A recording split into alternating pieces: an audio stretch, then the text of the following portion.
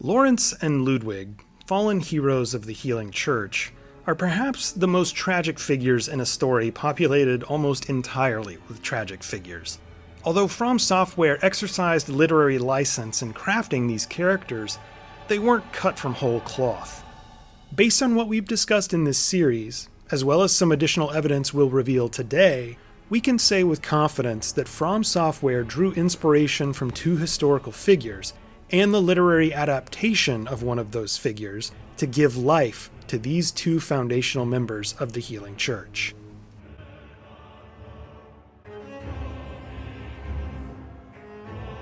Before we can reveal the real-life inspirations for these characters, we have to briefly recall several key points I've made in this series.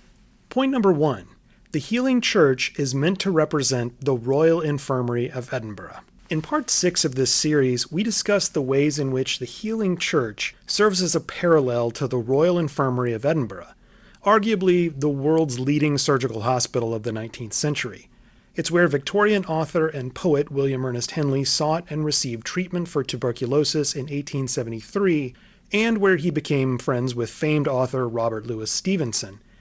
As I've argued throughout this series, From Software used Henley's personal story and the literary works of both Stevenson and Henley to develop the main story of Bloodborne and several of its leading characters. Point number 2. Hunters are meant to represent surgeons of the Victorian era. Throughout this series, and especially in Part 6, I've shown how From Software portrayed hunters as a metaphor for Victorian surgeons and anatomists, none more explicitly than the Healing Church hunters, who are explicitly described as doctors. This is the core tenet of the game's medical metaphor. And finally, point number 3.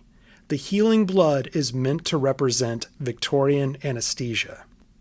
In Part 2 of this series, I laid out the evidence showing that the healing blood, the central item in the game and the basis for the Healing Church, is meant to represent the intoxicating and addictive anesthetics of the Victorian era, primarily ether and chloroform. When we view hunters as Victorian surgeons, the healing blood as an 1800s anesthetic, and the Healing Church as the Royal Infirmary of Edinburgh, other pieces start to fall into place fairly quickly. With that said, let's turn our attention first to Laurence, the first vicar and founder of the Healing Church. Then we can move on to Ludwig. As we discussed in the second video of this series, Robert Louis Stevenson's gothic horror tale, The Strange Case of Dr. Jekyll and Mr. Hyde, served as the basis for the healing blood. In Stevenson's short story, doctor and chemist Henry Jekyll experiments with chemical agents in his attempt to create curative substances. But in the process, he discovers certain agents that possess intoxicating, addictive properties that he can't resist, and one of his concoctions transforms him into the repugnant Edward Hyde. Stevenson almost certainly based his story on the unsettling tale of American dentist and chemist Horace Wells, who experimented with ether and chloroform in the late 1840s, which caused a violent behavioral transformation and prompted him to take his own life.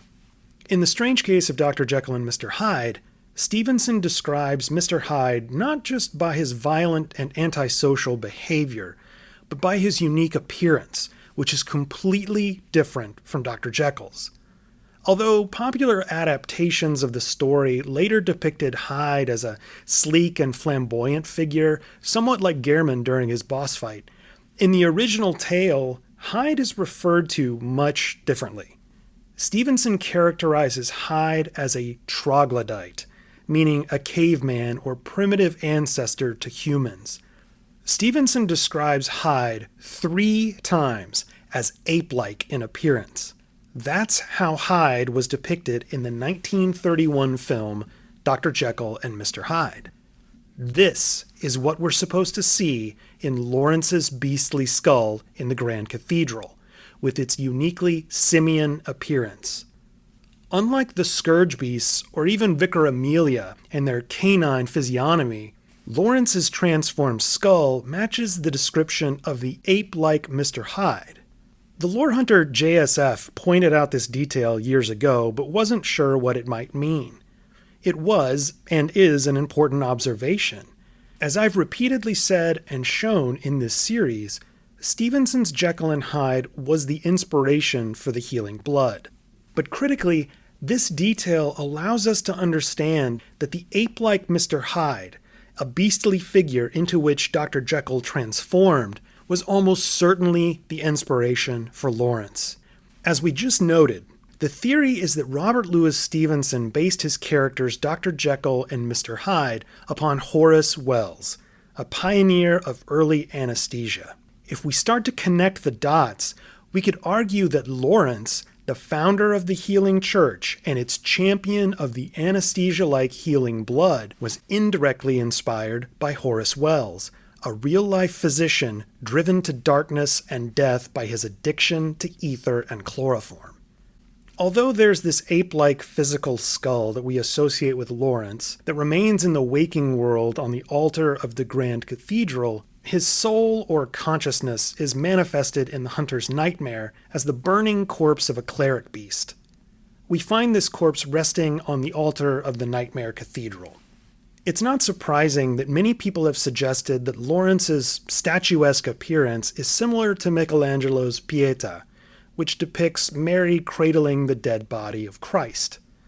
Laurence, of course, is a Christ-like figure in some superficial ways, in that he sought to save humanity with the power of divine blood that possibly could help them transcend their human bonds and ascend to another plane of existence, just as Christ's blood in the form of his martyrdom provides spiritual salvation and delivery to heaven for his followers. But Pietà isn't the direct artistic inspiration for Laurence's pose in the Nightmare Cathedral. Instead, just like pretty much everything else in the game, the inspiration comes from Edinburgh's medical community in the 1800s. Housed in the Surgeons' Hall Anatomical Museum is a plaster cast titled From Nature, or Cast from Nature. Although the work was inspired by Pietà, the piece is not Renaissance art. It's a plaster cast of a partially dissected body, as captured by Edinburgh anatomist John Goodsir in 1845. Flaps of incised skin are folded back on the upper chest. We can see much greater similarity between Laurence and From Nature than we can between Laurence and Pietà, from the protruding ribs to the back-leaning head to the identical positioning of the arms and legs. Not to mention, there's no Mary figure in either From Nature or the altar containing Laurence's cleric beast body. The only major difference is the direction they're facing. This further reinforces Bloodborne's use of the term beast to represent dissected bodies or cadavers, also known as bodies drained of blood, while further underscoring the point I've been trying to make throughout this series.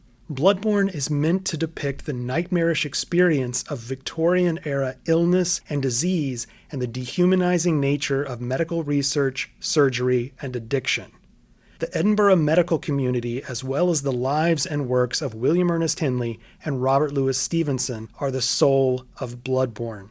This just further reinforces this conclusion. Before we finish this section on Laurence, let's examine one more thing. One of the more confusing items in the game is the key item called Laurence's Skull. The item description is a swirling tempest of seeming contradictions. Skull of Laurence, the first vicar of the healing church. In reality, he became the first cleric beast, and his human skull only exists within the nightmare. The skull is a symbol of Laurence's past, and what he failed to protect. He is destined to seek his skull, but even if he found it, it could never restore his memories. This item description is exceptionally difficult to follow, but we'll give it a try. At some point in the Bloodborne universe, Laurence was a scholar at Byrgenwerth. He discovered a special medium, the Old Blood, that had remarkable properties.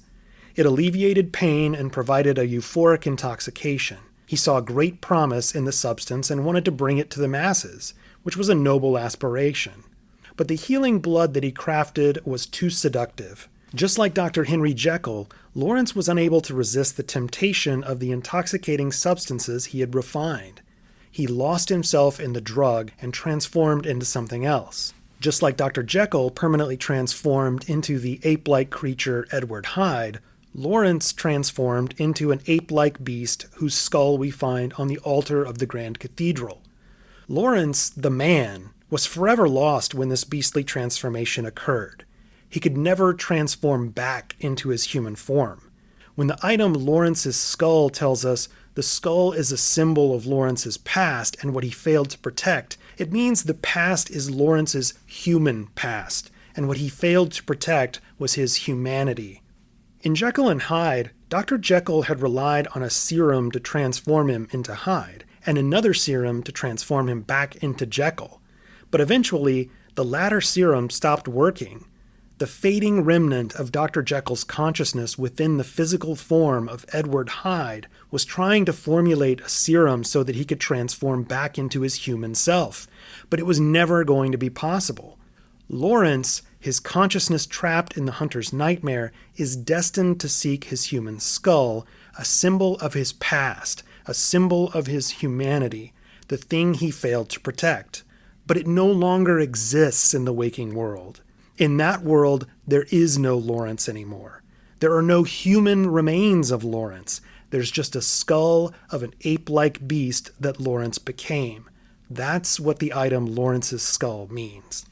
With Laurence's origins made much more clear, we can turn our focus to Ludwig. We learn from the Yharnam hunter attire and the sword hunter badge that Ludwig was the first hunter of the church. Therefore, he would have come after the old hunters of Gehrman's era. Let's recall two of our main premises that we discussed earlier. 1. Bloodborne's hunters are metaphorical representations of Victorian-era surgeons. And 2. The healing church is meant to represent the old Royal Infirmary of Edinburgh. If these assumptions are accurate, if what I've argued throughout this series is true, then there should be clear-cut evidence substantiating this, that the real-life parallel for Ludwig would have had to have been a surgeon from the Royal Infirmary of Edinburgh in the Victorian era. Furthermore, if my insistence that the personal story and poetry of William Ernest Henley was indeed a major influence on the game Bloodborne, then we should expect to see a linkage between Henley's poems from In Hospital, the book of poetry about his 2-year stay at the Royal Infirmary, and Ludwig, a character inspired by a real-life surgeon of the infirmary. Guess what? We do. There are two vital pieces of information that allow us to pinpoint the true inspiration for Ludwig. The first piece comes from Bloodborne. The second comes from Henley's poetry. Let's start with the evidence from within the game. It's an item that we don't directly associate with Ludwig by name, but it's obviously an item exclusively affiliated with Ludwig. It's the Hunter Chief Emblem. The Hunter Chief Emblem is an item that provides the player easier access to Cathedral Ward, the home of the Healing Church, in the early game. But the emblem's practical application is virtually irrelevant here. It's the item name and description that are important. Let's talk about the item name first. There are two important things to keep in mind about the word chief. First, throughout all of Bloodborne, the word chief appears only once. It's in the Hunter Chief Emblem. It's not in any item descriptions or lore notes or pieces of dialogue. It's only on the Hunter Chief Emblem. Second, the lore hunter last protagonist confirms in his exhaustive and amazing Japanese retranslations that the word chief is correct, meaning there wasn't a mistranslation in the original version or some other more appropriate term that should have been used instead. The word chief in Hunter Chief Emblem is accurate. Both of these are hugely important, as we'll see momentarily. As for the item description, it states, "The main gate is shut tight on Knights of the Hunt, and could only be opened from the other side with this emblem." In other words, the captain's return and this emblem determined the end of the hunt. The item bears an emblem that we're led to believe is the icon of the Healing Church. We see this emblem on the Cathedral Ward gate, and we can see that it's almost identical to the Communion rune, which we see throughout the Healing Church's research hall. This tells us that the Hunter Chief Emblem belonged to the captain of the Healing Church hunters, not just any band of hunters. It didn't belong to Gehrman's old hunters or the powder kegs. This belonged to the captain or chief of the Healing Church hunters. Although the Sword Hunter badge tells us that Ludwig was the first of many healing church hunters to come, within Bloodborne there is only one figure who is named or alluded to as the leader of the healing church hunters. It's Ludwig. We know from the Yharnam hunter attire that Ludwig recruited hunters, implying he organized, trained, and equipped them. We learn from the Radiant Sword Hunter badge that this key item was carried by Ludwig's successors or heirs to his will, suggesting that they venerated him as a leader. The spoken words of Ludwig the Holy Blade solidify this conclusion. After we defeat Ludwig in the Hunter's Nightmare, he asks, "Are my church hunters the honorable Spartans I hoped they would be?" As if they were his disciples or soldiers. He's clearly being depicted as the leader or captain of these healing church hunters. It makes sense then that Ludwig, the first healing church hunter and commander of these honorable Spartans, is the hunter chief to whom the hunter chief emblem first belonged. Even if it was handed down over the generations, Ludwig is the only hunter we can identify individually as the owner of this emblem at some point in the history of Bloodborne. With that in mind, we can turn to the other critical piece of evidence, this time within the literary works of William Ernest Henley. As we discussed in much greater detail in the first video of this series, Henley spent 2 years in the Royal Infirmary of Edinburgh from 1873 to 1875, where he underwent successful surgery on his right leg to remove infected tissue caused by tuberculosis of the bones.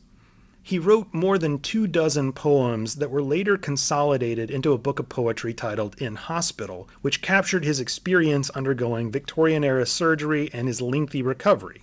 In 3 different poems from In Hospital, Henley refers to an unnamed surgeon at the Royal Infirmary as the Chief. He even titles one of the poems as simply The Chief, and dedicates this piece entirely to this surgeon.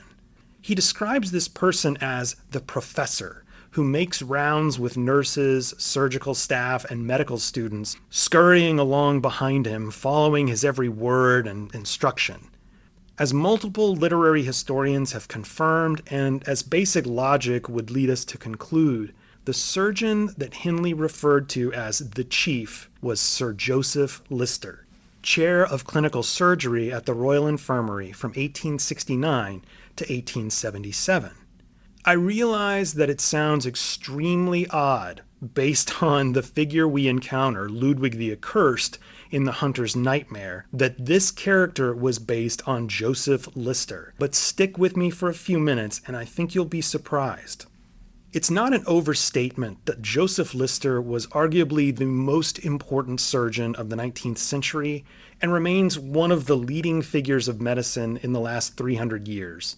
Lister developed and popularized what was known as the antiseptic surgical technique that revolutionized the preparation of surgical spaces and the disinfecting of incisions.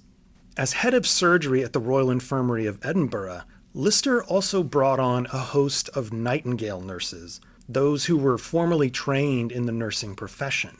These changes under Lister represented a period of modernization and improvement in the quality of medical care and surgery that had never been seen in a major hospital, and it triggered a mass transformation in the medical care in the United Kingdom, Europe, and America.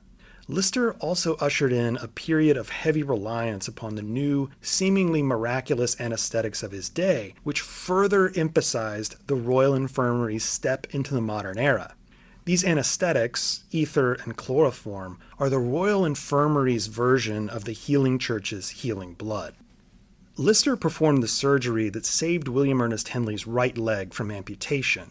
As head of surgery at the Royal Infirmary at the time, and as Henley describes in his poems from In Hospital, Lister made rounds in the infirmary to appraise surgical incisions and oversee the application of fresh bandages, soaked in carbolic acid. In the poem titled Staff Nurse Old Style, Henley says of the infirmary's matronly nurse, "They say the chief himself is half afraid of her."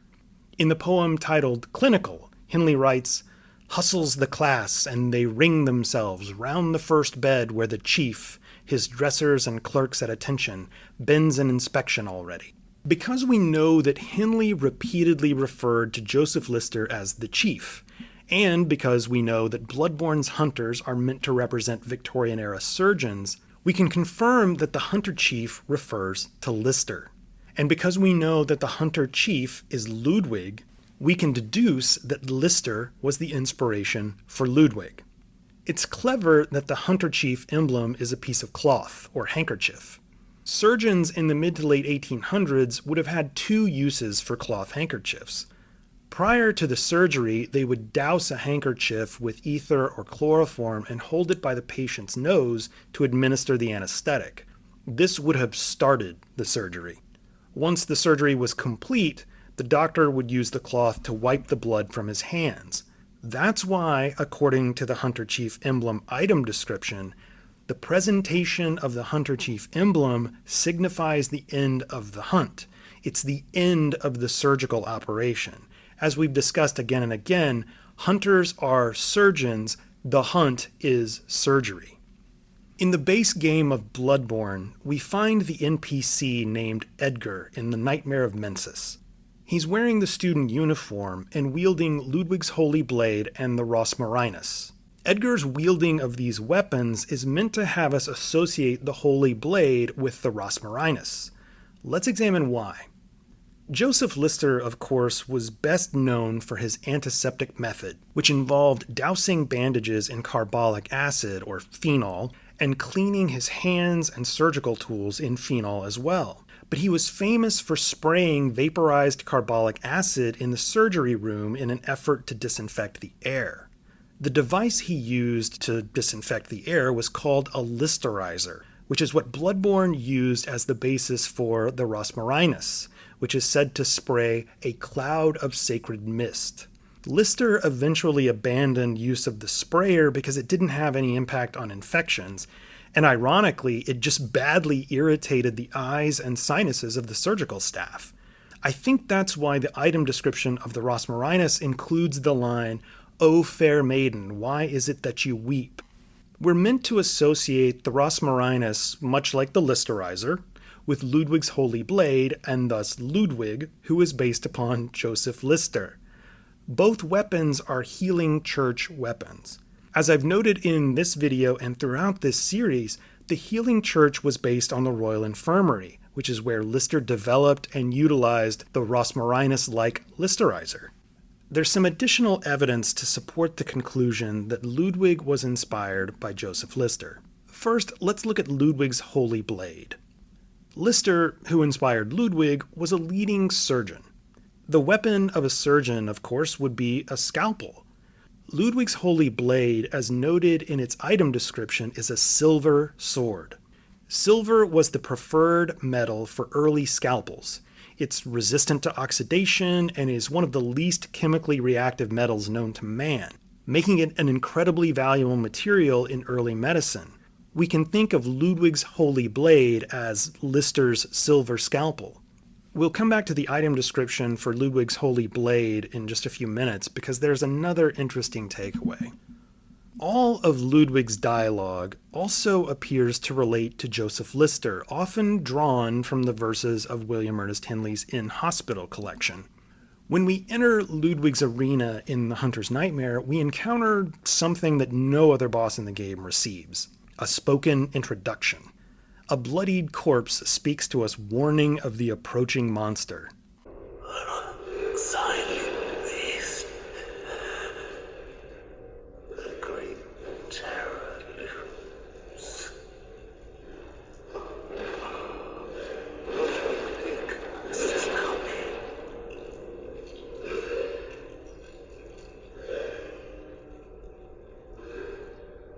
Have mercy. Have mercy upon us.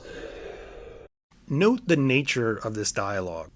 The corpse is warning us of Ludwig's approach. He said, "Ludwig the Accursed is coming." This text, and From Software's decision to include this sort of a boss introduction scene, seems to be modeled off of the first paragraph of Henley's poem titled Clinical, which is dedicated in its entirety to Joseph Lister. And just like the introduction of Ludwig, which speaks of this oncoming, looming figure, Clinical begins with the approach of the intimidating chief surgeon. Through the corridor's echoes, louder and nearer, comes a great shuffling of feet. Quick, every one of you, straighten your quilts and be decent. Here's the professor. Although Lister would become one of the most influential and transformative figures in the history of surgical practice, he wasn't without his critics during his lifetime. Among them were his Scottish contemporary, James Young Simpson, as well as American surgeon Samuel Gross. We saw Gross and his assistants in action in the previous video in the painting by Thomas Eakins titled Gross Clinic. Unlike Lister and his surgical assistants, who practiced with great attention to cleanliness and disinfection, Gross roundly rejected Lister's antiseptic method. He and many other physicians didn't put any stock into the germ theory of disease, which Lister had embraced after studying the work of French scientist Louis Pasteur. This context allows us to understand Ludwig's dialogue after the player has defeated him, assuming we're wearing the church attire. Ludwig asks us, "Tell me, good hunter of the church, have you seen the light? Are my church hunters the honorable Spartans I hoped they would be?" Whether we answer yes or no, Ludwig mentions his critics. If we say yes, he responds, "Ah, good, that is a relief, to know I did not suffer such denigration for nothing." If we say no, he responds, "Oh my, just as I feared, then a beast-possessed degenerate was I, as my detractors made eminently clear." Before we finish with Ludwig, it's important to jump back to Ludwig's holy blade. There's one other big takeaway. The item description tells us that the Healing Church workshop of Ludwig departed from the ways of Gehrman's Old Hunter workshop. This indicates to us that the character Gehrman, as the first hunter and founder of the old workshop, likely represents more primitive surgical techniques in the decades, if not century, prior to Joseph Lister. For a good while, I wondered whether Gehrman was supposed to mirror Sir Robert Liston, a legendary and at times infamous surgeon of Edinburgh who practiced in the decades before the arrival of anesthetics. Liston, not to be confused with Joseph Lister, was a leading surgeon of the early 1800s and taught at the University of Edinburgh Medical School, where he mentored the next generation of surgeons, including Joseph Lister, and a man we'll discuss in an upcoming video, James Young Simpson. Liston was known for his flamboyance, confidence, and most importantly, his speed. Surgeries prior to the antiseptic method and prior to Victorian anesthesia had to be performed quickly if the patient were to stand any chance of survival. Death from blood loss was naturally a significant concern, but infection was the major killer. The longer a wound remained open, the more likely it was to turn septic. Liston reportedly was able to amputate a leg within 3 minutes and reveled in the challenge. It's perhaps no coincidence that an old hunter technique was quickening, as we see in the item the old hunter bone. It improves the speed of the hunter. The item itself appears to be a femur that has been severed, as in an amputated leg. Looking at Gehrman's weapon, the burial blade, we naturally see the scythe that he uses to behead the player character in the so-called Yharnam Sunrise ending. But the artwork for the burial blade depicts the untricked weapon's handle as the bones of the lower leg. It's supposed to look like a limb that's been amputated, a Liston special. Also note that the old hunter trousers contain a double belt wrapped around the leg to prevent beast blood from creeping up the leg. But it's also meant to depict a tourniquet belt that would have limited blood loss during an amputation. I now believe that this is just supposed to link Gehrman with the old surgeons who would have performed amputations, but not Robert Liston specifically. There are a few reasons why I changed my mind on this relationship, which I'll probably discuss in the final videos of this series. In the next video, we'll take a closer look at the village of Hemwick. Although Hemwick and its charnel lane are often overlooked in terms of their lore significance, we'll see how they strongly reinforce Bloodborne's connection to the work of William Ernest Henley. The village of Hemwick is not what it seems.